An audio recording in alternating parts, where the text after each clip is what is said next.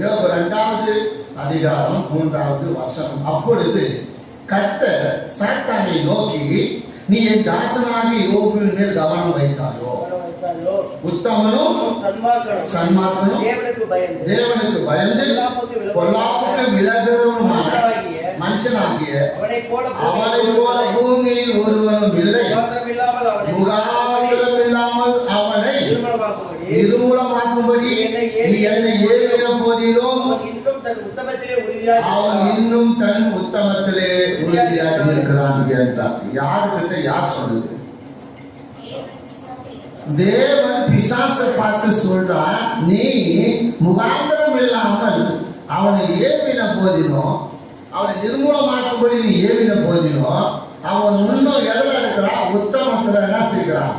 அவன் என்ன செய்கிறான்? அவன் உறுதியா நிற்கிறான் அப்படின்னு தேவன் சாத்தானிட்ட சொன்னான். ஆனா சாத்தான் என்ன சொல்றான்? நீ என்ன அவனை சும்மா வச்சிருக்கிற, சும்மா மாசு வச்சிருக்கிற.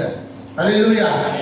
அப்போ அவர் கேட்கும்போது இந்த வார்த்தையை சொல்றார், நீ சும்மா வச்சிருக்கிற, அவனுடைய ஆசீர்வாதம் வெளியேற்று இல்லையா, அவனுடைய பொருளாதாரத்தில் வெளியேற்று இல்லையா, எந்த தீங்கு எல்லாருடைய பாதுகாத்து வச்சு இல்லையா. அல்லேலூயா, அல்லேலூயா. பிசாசு முகாந்திரம் இல்லாமல் தான் பாதிப்பான். முகாந்திரத்தை தேடுவோம், முகாந்திரத்தை தேடி தேடி தேடி போய் எங்க யாரும் பேசணுமோ அவங்க பேசுறதை வச்சு முகாந்திரத்தை என்ன செய்வான்?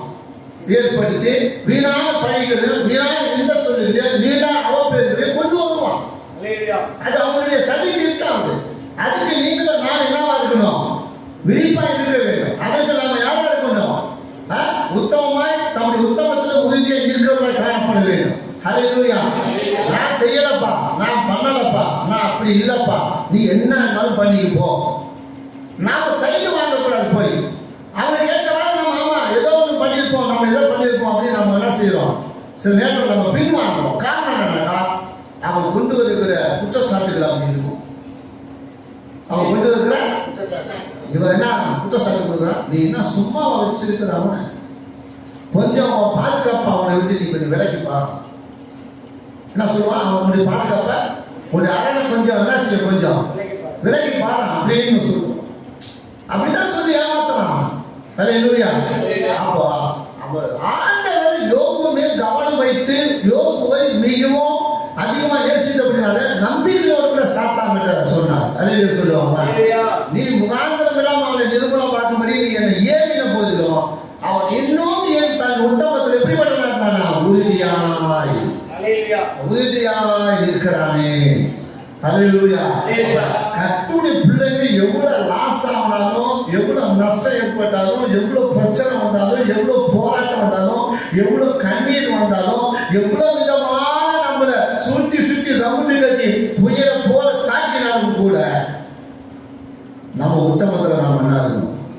உறுதியா நின்று பாருங்க. கர்த்தர் ஆசீர்வதிப்பார். யோபுடைய மனைவி சொல்றாங்க, என்ன சொல்றாங்க? ஏன் ஒன்னமா வச்சு இந்த உயிரை வச்சுட்டு இருக்கிற, அப்படிதான் பேசுவாங்க. என்ன சொல்லுவாங்க? ஒன்னமாயா உயிரை வச்சுட்டு இருக்கிற, கேவலம். என்ன இதுக்கு மேல என்ன சோழனை இருக்கும் போது, சூடு இருக்கும் போது, சோழனை இருக்கும் போது, இதுக்கு மேல உயிர் வாழற, எல்லாம் போயிடுச்சு, எல்லாம் ஒண்ணும் இல்லை, சரீரம் ஓட்டலே போயிடுச்சு, அதுவும் சீடு பிடிச்சி கிடக்குது. அல்லேலூயா. சோ ஓட்ட பிடிச்சி சூழ்ச்சி கிடக்குற, இன்னுமா உத்தமத்துல இருக்கிற. நீங்கள் 2வது அதிகாரம் 9வது வசனத்தை வாசிக்கின்ற போது, யோபுல 2:9 வாசிக்கும் போது, அப்பொழுது அவன் மனைவி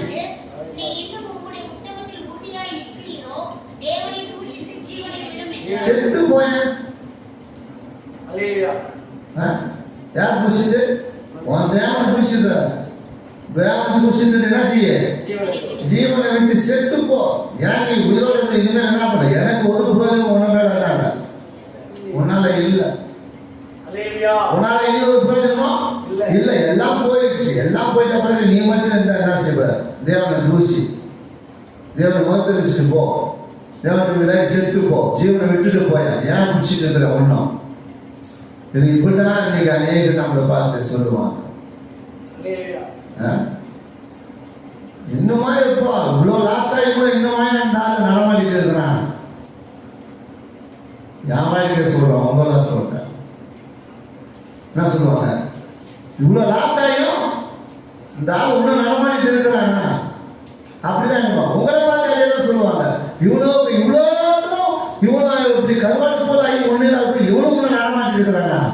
அதான் கர்த்தருடைய கிருபை. அந்த கிருபை தான் நம்மளை தாங்குற கிருபை. அந்த கிருபை தான் நம்மளை உயர்த்துற கிருபை. அந்த கிருபை தான் நம்மளை பாதுகாக்கிற கிருபை. அது உங்களை எண்ணி விலகாத கிருபை. பலத்தின் மேல் பலம் நடை செய்து அவர் கிருபை மேல கிருபையை தவிர உங்களை எண்ணி உயர்த்துகிற ஆண்டவர்.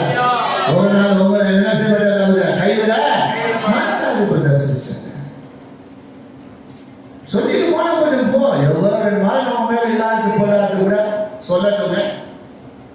எவ்வளவு வேணும் இல்லாத போடாதெல்லாம் ஒரு வசனம் ஒண்ணு இருக்கும். 5வது அதிகாரத்துல மத்திய சுவிசேஷத்துல ஒரு இல்லாத பொல்லாத நம்ம மேல எவ்வளவோ இந்த படியா சொன்னாலும் இல்லாத பொல்லாதும் பொய்யா நம்ம மேல அவங்க சொன்னா கூட 11வது வசனம் நீங்க வாசிக்கும். 5வது அதிகாரம் 11 மத்திய சுவிசேஷம் 5:11 வாசிக்கும் போது, என் நிமித்தம் உங்களை நிந்தித்து துன்பப்படுத்தி பலவித தீமையான மொழிகளையும் உங்கள் மேல் பொய்யாய் சொல்லுவார்கள். ஆமென், அல்லேலூயா. சொல்லுவாங்க, சொல்லட்டும், இல்லாத பொல்லாட்டும் கர்த்தருடைய நாமத்து நிமித்தமாய் நம்மளை நிந்திக்கட்டும், தூசிக்கட்டும், தப்பா பேசட்டும், எள்ளி நகையாகட்டும், அது சிரிக்கட்டும் அவங்க. ஆனால் நீங்கள் நாங்கள் பாக்கியவான்களா இருக்கோம். அது சகிக்கிற பிள்ளைங்க, அதுல உறுதியா இருக்கிற பிள்ளைங்க, அதுல உத்தமமா இருக்கிற பிள்ளைங்க வாழ்க்கையில கர்த்தர் ஜெயத்தை கொடுக்க வல்லவரா இருக்கிறார். நீங்கள் ரூத்துல பிரியமானவர்கள் 3வது அதிகாரத்துல 10வது வசனத்தை வாசிக்கும் பொழுது அப்ப அவன் சொல்றான், அப்பா நீ அங்க மோவாபில இருந்து இருந்தல்ல, அங்க இருந்து வந்ததை காட்டிலும் எங்க நாட்டுல எங்க ஊர்ல பெத்தலேக்குள்ள வரும் பொழுது அந்த நற்குணத்தை காட்டிலும், அந்த இருக்கிற குணத்தை காட்டிலும் நீ எங்க ஊர்ல இருந்த வாழ்ந்தல்ல அந்த வாழ்க்கை மிகுந்த நற்குணமா இருந்தது என்று சொன்னார். போவாஸ் சொல்றார், ரூத்தை பார்த்து சொல்றார். ரூத்து 3:10 அதற்கு அவன், மகளே நீ கர்த்தரால் ஆசீர்வதிக்கப்படுவாயாக, நீ தரித்திர ஐஸ்வர்யங்களுமான வாலிபர்களின் பிறகே போகாததினால் உன் முந்தின நற்குணத்தை பார்க்கிலும், ஆவி பெற்ற பிறகு, அபிஷேகம் பண்ணப்பட்ட பிறகு, ரட்சிக்கப்பட்ட பிறகு, ஞானஸ்நானம் பண்ணப்பட்ட பிறகு உன்னுடைய இந்த பிந்தின நற்குணம் எப்படி இருக்கும்? இருக்கா இருக்கா இருக்கா? ஆவி பெற்ற நாம, அபிஷேகம் பண்ணப்பட்ட, ரட்சிக்கப்பட்ட நாமம், வரங்களை பெற்ற நாம, நம்முடைய நற்குணங்கள் எப்படி இருக்கு பாருங்க. இதெல்லாம் ஆய்வு பெறாத, அபிஷேகம் பெறாத, ஞானஸ்நானம் பெறாத, அதுக்கு முன்னாடி ஒரு குணம் இருக்கும் பார்த்தீங்களா? அந்த குணம் நற்குணம் அது வேற. ஹல்லேலூயா. ஆனா இந்த இதுக்குள்ள வரும்போது, இந்த சத்தியத்துக்குள்ள வரும்போது, இந்த உபதேசத்துக்குள்ள வரும்போது, இதுக்குள்ள நீ இந்த பெந்தெக்கோஸ்து அனுபவத்துக்கு வரும்பொழுது உன் ஜீவன் எப்படி இருக்கணும்? அப்பத்தின் வீடாகிய பெத்லகேமுக்கு வரும்பொழுது அங்க என்ன இருக்கு? உனக்கு அப்பம் கிடைக்கிறது, அங்க நன்மை கிடைக்கிறது, ஆசீர்வாதம் கிடைக்கிறது, ஜீவியத்துல நீ நல்லா அழகாய் வாழ்வதற்கு அங்க இடம் இருக்கிறது. ஹல்லேலூயா. அவன் அப்பத்தின் வீடாகிய சபைக்கு வரும்பொழுது உன் ஜீவன் எப்படி இருக்கணும்? உன் வாழ்க்கை முறை எப்படி இருக்கணும்? உன் ஆரோக்கிய வாழ்க்கை எப்படி இருக்கணும்? முந்தினதை காட்டிலும் பிந்தினது எப்படி இருக்கணுமா? உத்தமமா இருக்கணுமா இருக்கும். அதைத்தான் பார்க்கல. நம்ம பைபிள் படிக்கிறோம், நல்லா படிக்கிறோம், கிரியை கிடையாது. ஜெபிக்கிறோம், கிரியை கிடையாது. உபவாசிக்கிறோம், கிரியை கிடையாது. ஏன்? நாம பிரியமானவர்களே எங்க போனோம்? முந்தினதை தான் பார்க்கிறோம். அன்னைக்கு இப்படி இருந்தோமே. இப்ப இந்த இஸ்ரவேல் ஜனங்க என்னதான் இருந்தாலும், அவங்களுக்கு ஆண்டவர் எவ்வளோ நன்மையை செஞ்சாலும், எல்லாருக்கிட்டையும் பிரியமானவர்களே அவங்கவுங்க சாப்பிடத்துக்கு வேண்டிய கறி சாப்பிட வேண்டிய அளவுக்கு, இறைச்சி சாப்பிட வேண்டிய அளவுக்கு எல்லாமே இருந்தது. அவங்க கிட்ட இருந்ததா இல்லையா? எல்லாம் இருந்தது. இருந்த போதிலும் கூட இருக்கிறத சாப்பிட்றது இல்லாம, அல்லேலூயா, ஒரு 100 ஆடுகளோட அவன் வெளியே வந்தானா, ஒரு 100 மாடோட வெளியே வந்தானாக்கா இந்த 40 வருஷத்துல அதில் மல்டிபிளி ஆயிரமா இருக்காதா? மல்டிபிளி ஆயிரமா இருக்காதா? இருக்கும். அல்லேலூயா.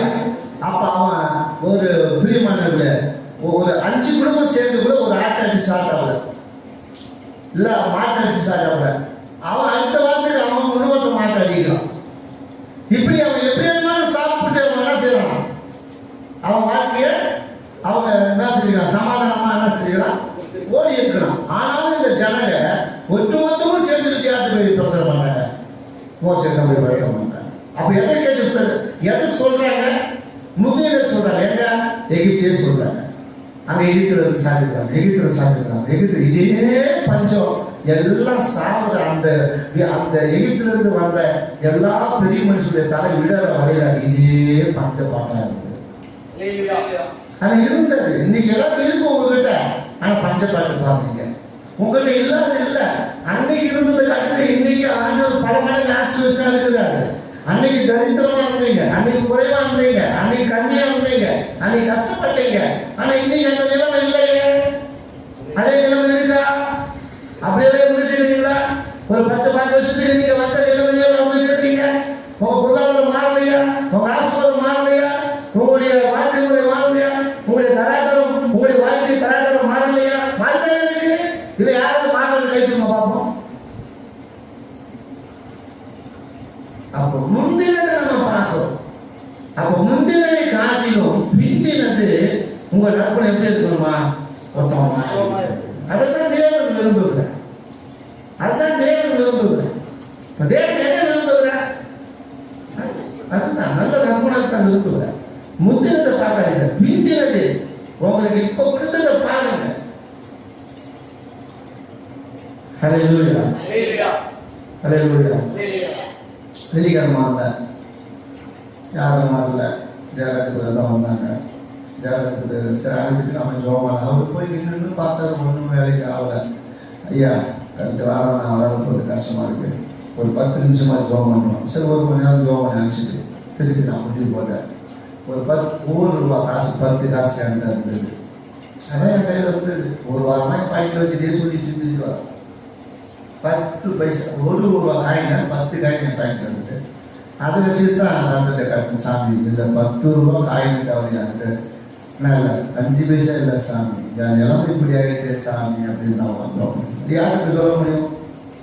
யாருக்கு கேட்க முடியும்? எனக்கு பசியாக இருக்கிறது, பாசமாக கேட்குறாங்க, என்ன எனக்கு காசு இல்லாமா, மூட்டாமா என்ன செய்யுது?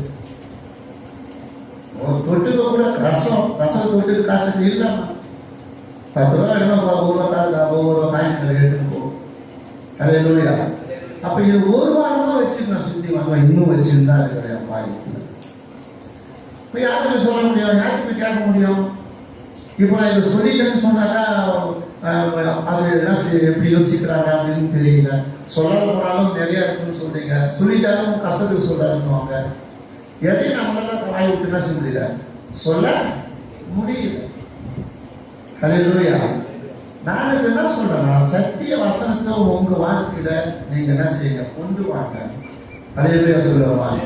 இல்லையே கத்தரை என்ன செய்ய தேவை, நாம போயிட்டு என்ன செய்ய தேவை, நிந்திக்கவும் வேணாம், ருசிக்கவும் வேணாம், உத்தமத்தில் நில்லுங்க, உத்தமத்துல நில்லுங்க. ஹல்லேலூயா. அதுதான் தேவனுக்கு என்னவா இருக்கும், மிகுந்த என்ன உத்தமமாய். மத்திய சுவிசேஷம் 5ஆம் அதிகாரம் 14ஆம் வசனத்தை வாசிக்கின்ற பொழுது, அப்ப நம்முடைய வாழ்க்கை முறை எப்படி இருக்கணும்னா, இவ்விதமாய் மனுஷர் உங்கள் நற்கிரிகளை கண்டு பரலோகத்தில் இருக்கிற உங்கள் பிதாவை மகிமைப்படுத்தும்படி உங்கள் வெளிச்சம் அவர்களுக்கு முன்பாய் பிரகாசிக்கிறது. அப்ப நம்ம எப்படி இருக்கணுமா? நம்மளை பார்த்து யாரும் என்ன சொல்லணுமா? புறஜாதி ஜனங்கள் நம்மளை பார்த்து சொல்லணுமா? எப்படி? நம்ம பிதாவை அவர்கள் மகிமைப்படுத்துவார்கள். அப்ப நம்முடைய வெளிச்சம் அவர்களுக்கு முன்பாக என்ன செய்யணும், பிரகாசிக்கிறது.